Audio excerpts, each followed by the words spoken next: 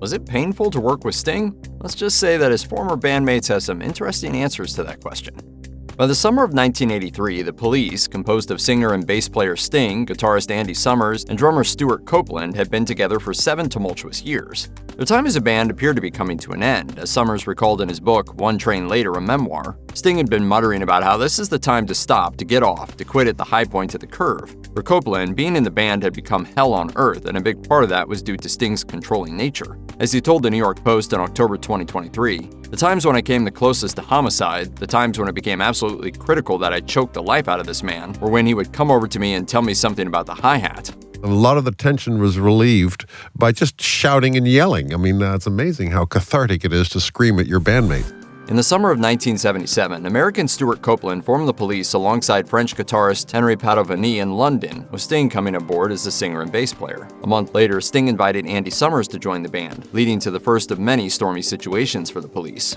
As Padovani recalled to Guitar World in December 2023, Andy was good, but the vibe was different, and it became apparent that there was a Stuart and me camp and a Sting and Andy camp, both going in different directions. Following a tense recording session, Sting fired Padovani. Over the next 7 years, Andy Summers discussed Sting and the band's chemistry in a conciliatory manner, telling the Whig Standard in September 1982, "Well, we're all very disparate personalities. Actually, I'm the most fiery of the three of us. Sting is the coolest. He's the most introverted." Stuart Copeland was also more diplomatic when the band was still together.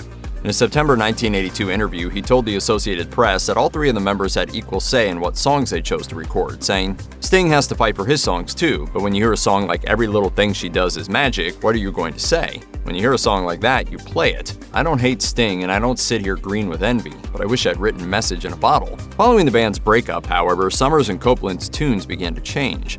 Summers alleged that as time went on, Sting became dictatorial, and tensions began running high between Copeland and Sting. Just before an August 1983 performance at Shea Stadium in New York City, what started as horsing around ended with Copeland cracking Sting's ribs as they wrestled over a copy of the New York Times. Working with Sting had become unendurable for the drummer, with Copeland telling the New York Post, "He had a very clear idea of how the arrangements should go. At first it was collaboration. It became more and more compromise for him, and it got tougher and tougher for him to make those compromises."